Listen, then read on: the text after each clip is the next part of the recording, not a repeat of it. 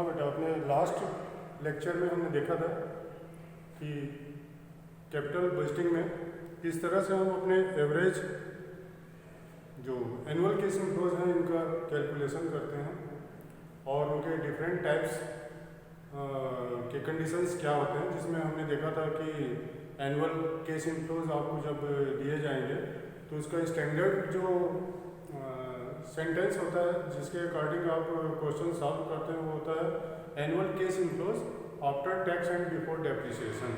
और उसमें हमने देखा था कि अलग अलग प्रकार के किस तरह के आपको एनुअल केस इनफ्लोज दिए जा सकते हैं क्वेश्चन में, जिसमें आपके पास थे annual case inflows before tax and before depreciation, annual case inflows after tax and after depreciation, annual case inflows before tax and after depreciation.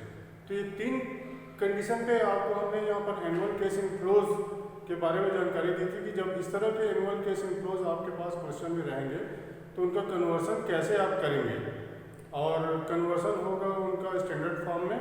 Standard form है अपना annual case inflows after tax and before depreciation.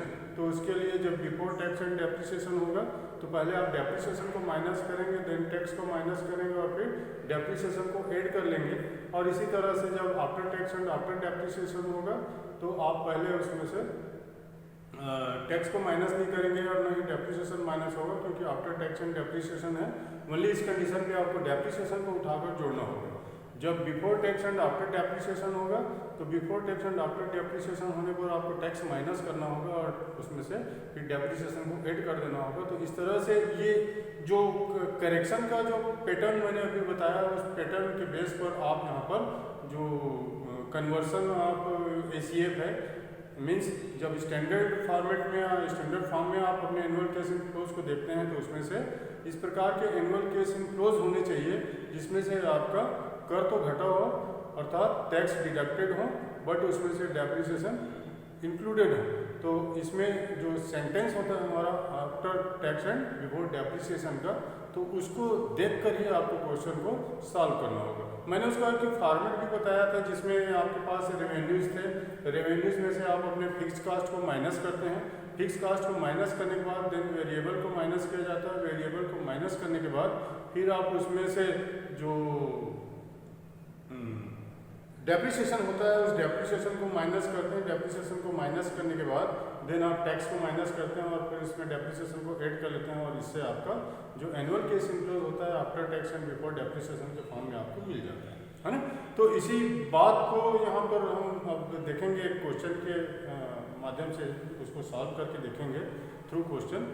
तो उसमें किस तरह से आपके पास जो question होंगे और उसको कैसे आप सॉल्व करेंगे। तो उसके लिए एक क्वेश्चन है हमारे पास जिसमें ये बोल रहा है कि जो नीलेश लिमिटेड है उनके डिटेल्स दिए गए हैं। उस डिटेल में है कॉस्ट ऑफ मशीन दी गई है 30 लाख रुपीज़ का, फिर है इसमें लाइफ ऑफ मशीन दी गई है इसमें 6 ईयर का, साल्वेज वैल्यू दिया गया है ऑफ द मशीन ये दिया गया है 48,000 का, अर्निंग दिए गए हैं इसमें 15 लाख रुपीज़ का, वेरिएबल कास्ट दिया गया 30% ऑफ द मशीन है, 30% ऑफ द क्या लिखा है रेवेन्यू लिखा है, एंड एनुअल फिक्स कास्ट दिए गए हैं इसमें 90,000 रुपीज़ एंड टैक्स रेट हमको यहाँ पर दिया गया है 40%। तो इस इंफॉर्मेशन के बेस पे आपको कैलकुलेशन करना है अपने एनुअल केस इनफ्लोज का और पीबीपी भी बताना है। तो calculation of annual case inflows and पे बैक पीरियड ये इसका हेडिंग बन जाएगा। कैलकुलेशन ऑफ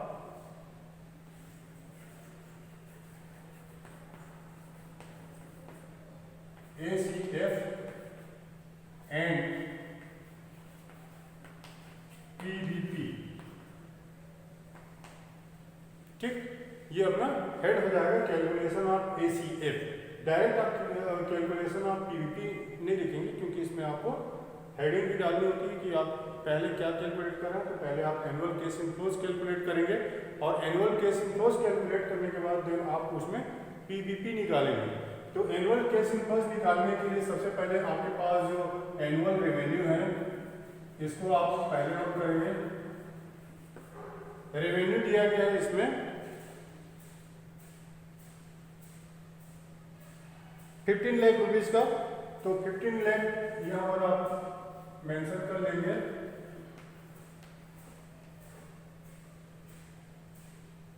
ठीक है, रेवेन्यू में से आप माइनस करेंगे 30% वेरिएबल के लिए,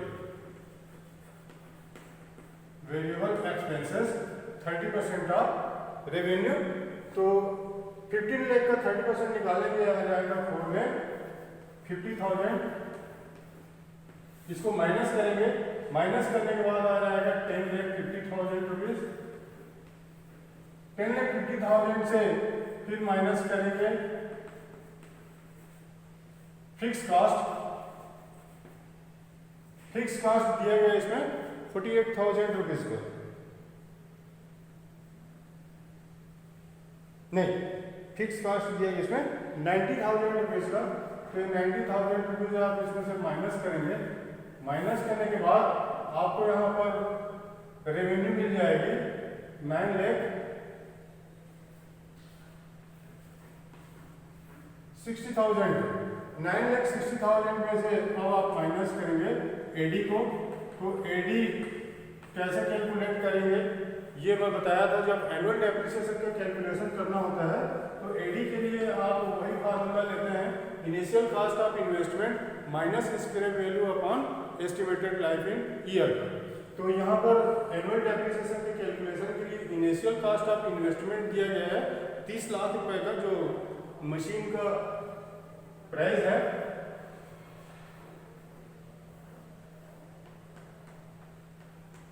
तीसरा माइनस साल्वेज वैल्यू दिया गया स्क्रैप वैल्यू। तो स्क्रैप वैल्यू दिया गया इसका 48,000 रुपीज। तो 48,000 को माइनस करेंगे, डिवाइडेड बाय इसका लाइफ इन मशीन दिए गए हैं 6 ईयर।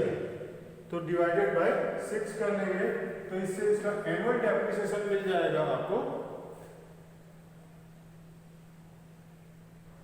4,92,000। कितना हो गया? 4,92,000 रुपीज इसका एनुअल डेप्रिसिएशन हो गया। इस तरह से कैलकुलेट किए तो 30 लाख में से आपने 48,000 को माइनस किया। माइनस करने के बाद जो बैलेंस बचा उसमें आपने 6 से डिवाइड कर दिया, तो इससे आपको ये मिल गया एनुअल डेप्रिसिएशन 4,92,000। अब 9,60,000 का जो रेवेन्यू है इसमें से आप 4,92,000 को माइनस कर लेंगे। माइनस करने के बाद आपको जो वैल्यू मिल जाएगी वो होगी आफ्टर डेप्रिसिएशन की, तो आ जाएगा 4,68,000। एनुअल कैश इनफ्लोज निकला है आपका 4,68,000 after tax and before depreciation. तो इसको आप लिख सकते हैं ACF after depreciation and before tax. ठीक, क्योंकि इसमें अभी हमने टैक्स को माइनस नहीं किया है, तो टैक्स को माइनस नहीं करने के कारण से इसको हम मेंशन कर सकते हैं annual cash inflows after depreciation and before tax. तो अब इसमें से हमको माइनस टैक्स करना होगा, और टैक्स का जो रेट है वो 40% दिया गया है क्वेश्चन में। तो 40% रेट ऑफ टैक्स माइनस करेंगे, तो 4,68,000 का 40% निकालेंगे, तो 4,68,000 का 40% हो जाएगा 1,87,200।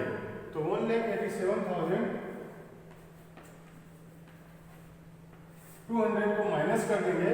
माइनस करने के बाद जो एनुअल कैश इनफ्लोज होगा वो after tax and after depreciation होगा। इसको लिखेंगे ACF after tax and depreciation. तो 4,68,000 माइनस 1,87,200, तो दोनों के डिफरेंस में annual cash inflows after tax and depreciation बच जाएगा 2,80,800। 2,80,800। अब इसमें आपको फिर से उठाकर डेप्रिसिएशन को, एनुअल डेप्रिसिएशन को ऐड करना है। और एनुअल डेप्रिसिएशन इसका 4,92,000, तो 4,92,000 को इसमें ऐड कर देंगे। ऐड करने पर आपको मिल जाएगा 2,80,800।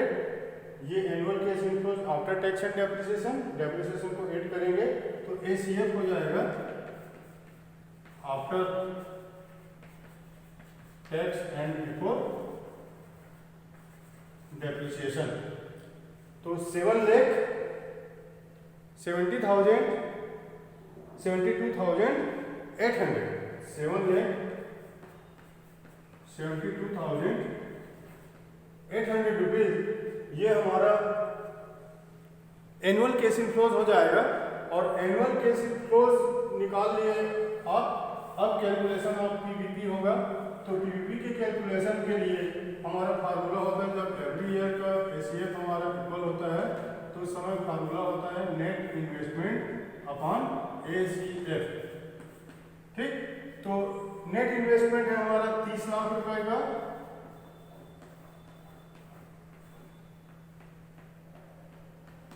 ठीक है, और एनुअल कैश इनफ्लोज आया हमारा 7,72,800। अब इसको 30 लाख में 7,72,800 को हम डिवाइड करेंगे। तो डिवाइड करने से हमको यहाँ पर PVP उसका पे बैक पीरियड मिल जाएगा 3.88 ईयर। ये आ गया 3.88 ईयर। ये उसका आंसर हो जाएगा PVP का। ठीक है, तो फॉर्मेट में आपने यहाँ पर क्या किया, कुछ भी नहीं किया। समझने के लिए बहुत अच्छा क्वेश्चन है। स्टार्टिंग में आपके पास रेवेन्यू दिए गए थे, रेवेन्यू में से आपने वेरिएबल को माइनस किया, वेरिएबल माइनस करने के बाद फिक्स को माइनस किया, फिक्स और वेरिएबल एक्सपेंडिचर माइनस करने के बाद रेवेन्यू बचा, उसमें आप डेप्रिसिएशन को माइनस करेंगे क्योंकि आपको टैक्स माइनस करना है। तो टैक्स माइनस करने के लिए एनुअल डेप्रिसिएशन का पहले आपको कैलकुलेशन करना होगा। एनुअल डेप्रिसिएशन की कैलकुलेशन के लिए आपका सिंपल सा फार्मूला है कि एनुअल डेप्रिसिएशन कैलकुलेट करने के लिए आप इनिशियल कॉस्ट ऑफ इन्वेस्टमेंट लेते हैं माइनस स्क्रैप वैल्यू या सर्विस वैल्यू किया जाता है upon estimated life in year और यूजफुल लाइफ किया जाता है। तो उसके बेस पर आपने वैल्यू में ये जो फार्मूला है उसमें वैल्यू पुट किया और वैल्यू पुट करने के बाद फिर आप यहाँ पर जो एनुअल डेप्रिसिएशन है इसकी अमाउंट निकाल ली, फाइंड आउट कर ली। ये 4,92,000 रुपीज हमारा एनुअल डेप्रिसिएशन निकला है। अब एनुअल डेप्रिसिएशन को हम माइनस करेंगे तो ये माइनस करने के बाद आपको जो वो बचेगा, रेवेन्यू बचेगा, वो रेवेन्यू कहलाएगा annual cash inflows after depreciation and before tax. अब इसमें से आपको टैक्स माइनस करना है तो जो रेवेन्यू बची उसका 40% निकालेंगे।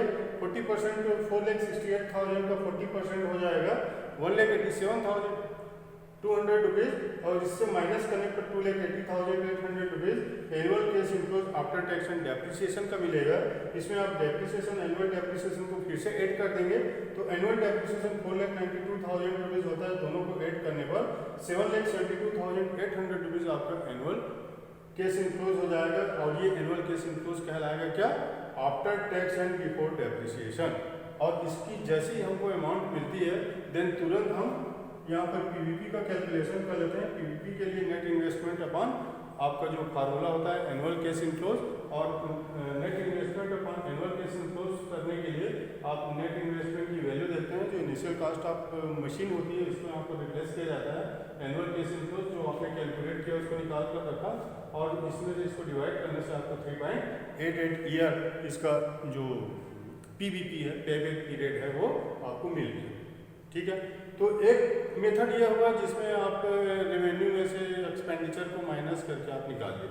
अब देखिए सेकंड जो इसका टेक्निक होता है वो सेकंड टेक्निक ये होता है जिसमें आपको स्क्रैप या अदर जो सेविंग होते हैं वो दिए जाते हैं और एडिशनल जो एक्सपेंडिचर होते हैं उनके डिटेल्स होते हैं और उनके बेस पर आपको फिर यहाँ पर अपना एनुअल कैश इनफ्लोज कैलकुलेट करना होता है। और इसमें आपको टैक्स फैक्टर के बारे में कुछ भी नहीं कहा जाता। तो कैसे कैलकुलेट करेंगे उसके लिए हमारे पास नेक्स्ट क्वेश्चन है जिसमें देखेंगे कि किस तरह से आप अपना PVP कैलकुलेट करेंगे और उसका PVP की कैलकुलेशन के लिए आप पहले अपना जो एनुअल कैश इनफ्लोज है इसको कैसे कैलकुलेट करेंगे। तो चलिए वो क्वेश्चन देखते हैं।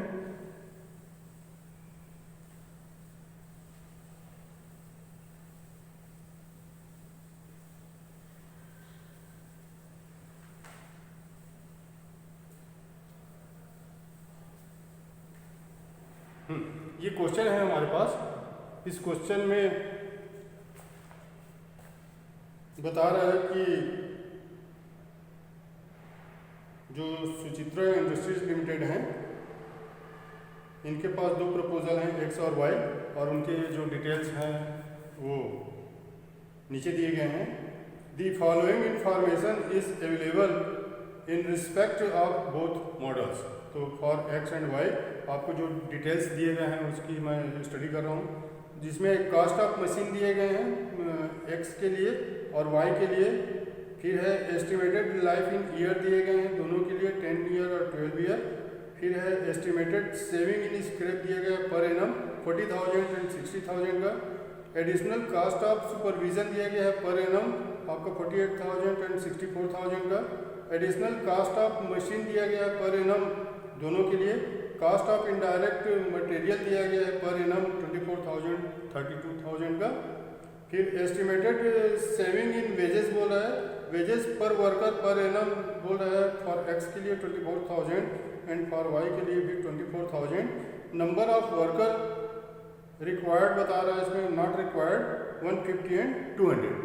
अब इसके बेस पर बोलता है यूजिंग मेथड ऑफ पे back period suggested which model should be purchased, है इग्नोर टैक्स बोल दिया, ठीक है। तो अब इग्नोर टैक्स बोलने पर अब कैसे उसका कैलकुलेशन होगा, थोड़ा सा जो कैलकुलेशन का पैटर्न होता है ये पैटर्न हमारा चेंज हो जाता है, ठीक। अभी जो लेटेस्ट में हमने स्टडी किया उसमें आपने रेवेन्यू को बेस करके आपने क्वेश्चन को सॉल्व किया था। अब इसमें देखिए किस तरह से बनेगा। तो इसमें आपके पास रेवेन्यू नहीं है ना, बट इसमें कुछ ऐसे इंफॉर्मेशन है जिसके थ्रू आप रेवेन्यू जनरेट कर सकते हैं। कैसे करेंगे? तो इसमें सबसे पहले आपके पास है कास्ट ऑफ मशीन, जिसका अभी आपको कोई यूज़ नहीं करना है। फिर एस्टिमेटेड लाइफ इन ईयर्स दिए गए, इसका भी कोई यूज़ नहीं है। एस्टिमेटेड सेविंग इन स्क्रैप, तो estimated total saving per annum,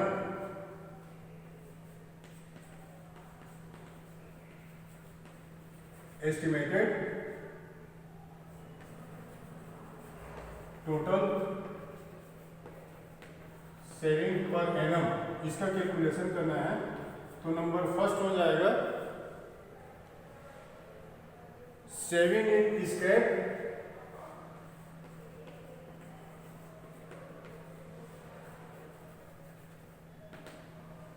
for X and Y,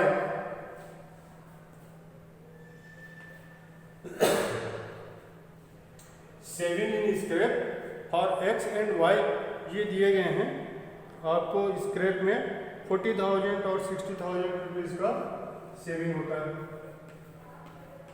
40,000 60,000। Number second saving in wages, तो सेविंग इन वेजेस बताया जा रहा है इसमें। 2400 आपके वर्कर्स हैं और जो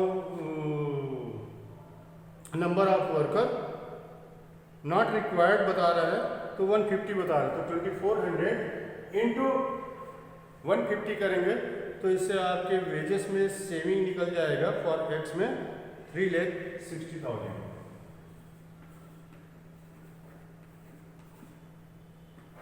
ठीक है।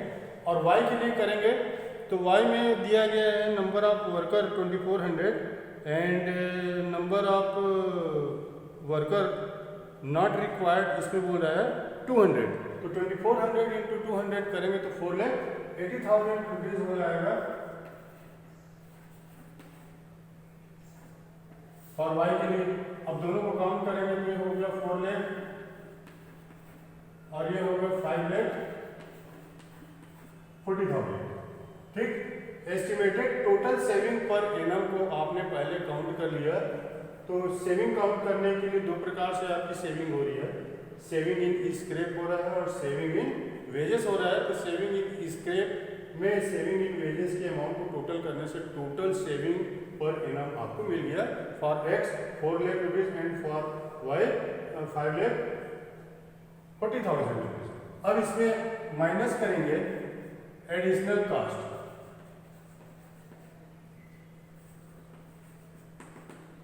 एडिशनल कास्ट में नंबर फर्स्ट है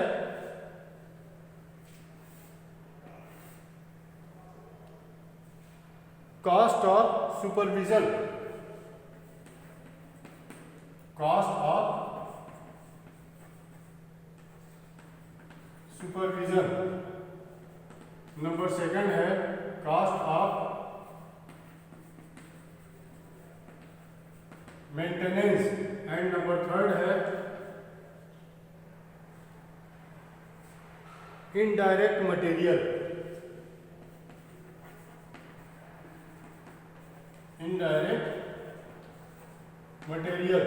अब ये तीन प्रकार के एडिशनल जो कॉस्ट हैं ये हो रहे हैं, तो इनके अमाउंट को हम नोट कर लेंगे। तो इनकी अमाउंट दी गई है फॉर एक्स के लिए cost of supervision 48,000 rupees, cost of maintenance 28,000 rupees and indirect material के लिए 24,000।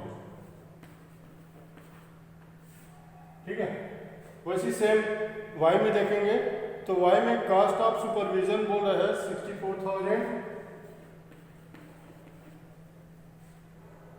कॉस्ट ऑफ मेंटेनेंस 44,000,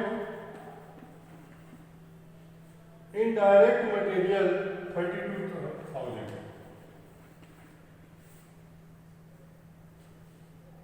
अब इन तीनों का टोटल करेंगे तो टोटल इसका आ जाएगा 1 लाख रुपीज फॉर एक्स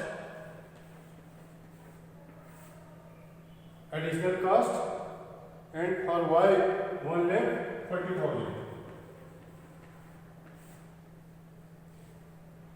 तो ये आपका हो गया टोटल सेविंग और ये हो गया एडिशनल एक्सपेंडिचर। इससे इसको माइनस करेंगे तो आपको यहाँ पर एनुअल ऑपरेटिंग सेविंग मिल जाएगा, एनुअल ऑपरेटिंग सेविंग 4 लाख से 1 लाख को माइनस करेंगे तो ये हो जाएगा 3 लाख। ठीक है, और 5,40,000 से 1,40,000 को माइनस करेंगे तो ये हो जाएगा 4 लाख। अब देखिए एनुअल ऑपरेटिंग सेविंग को ही आप अपना एनुअल केस इनफ्लोज कहते हैं। क्वेश्चन में आपको टैक्स फैक्टर को इग्नोर करने के लिए कहा है, तो मैं बार बार बता रहा हूँ कि जब टैक्स फैक्टर इग्नोर करने के लिए कहा जाता है तो आप एडी का कोई भी कैलकुलेशन नहीं करते और न ही उसे अपने एनुअल केस इनफ्लोज में आप एडजस्ट करते हैं। तो यहाँ पर अब ये जो एनुअल केस इनफ्लोज आपको मिल गया, डायरेक्टली इस एनुअल केस इनफ्लोज को लेकर आप अपना पीबीपी कैलकुलेट कर सकते हैं। और पीबीपी का कैलकुलेशन करेंगे तो यहाँ लिखेंगे पीबीपी इज इक्वल टू, अब फार्मूला लिखने की जरूरत मैं समझता हूँ नहीं है, net investment upon annual case inflows. और नेट इन्वेस्टमेंट इसमें दोनों का है 6 लाख रुपए एक्स का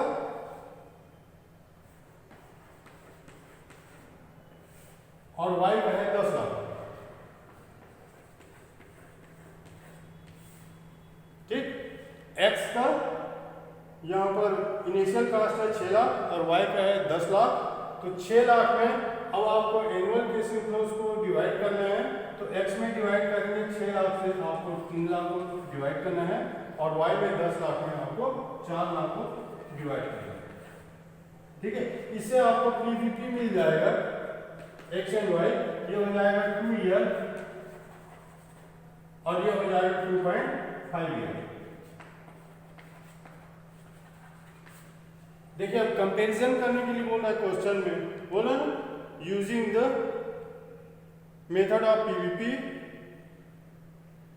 and suggest is which model should be purchase.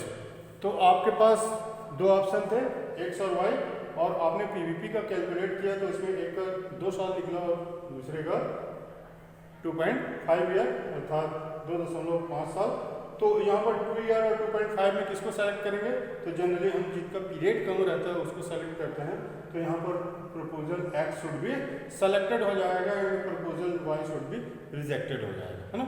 आपको कमिटमेंट भी लिखना पड़ता है, अदरवाइज उसमें 2 नंबर आपके 2 मार्क्स आपके कम हो जाते हैं। तो इस तरह से हमारा ये आज 2 क्वेश्चन हुआ जिसमें आपने देखा कि अलग अलग मेथड से आप अपने एनुअल केस इनफ्लोज का कैलकुलेशन किस तरह से करते हैं और क्वेश्चन आपका कैसे सॉल्व होता है। तो अब अगली क्लासेस में हम और भी कुछ क्वेश्चन करेंगे अपने पीवीपी से रिलेटेड टॉपिक में। ठीक है।